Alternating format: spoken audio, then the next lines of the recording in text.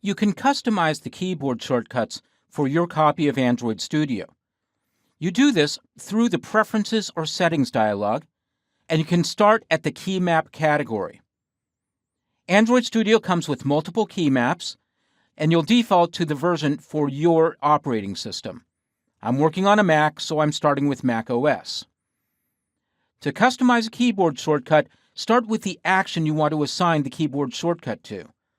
I'll click into the search box and type branches, and then I'll go to branches under Git. Notice that there are similarly named actions for other categories. Now I can right-click on that option, or I can double-click. Either way, I'll see this menu appear, and I'll click on Add Keyboard Shortcut.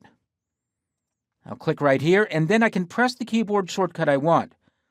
If I choose a shortcut that's already assigned, I'll see a message, and I can override that, or I can try another keyboard shortcut.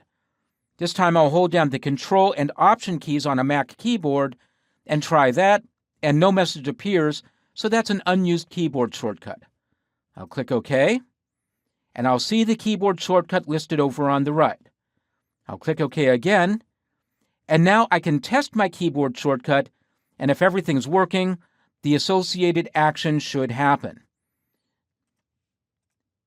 The first time you create a custom keyboard shortcut, you'll automatically create a copy of your existing key map.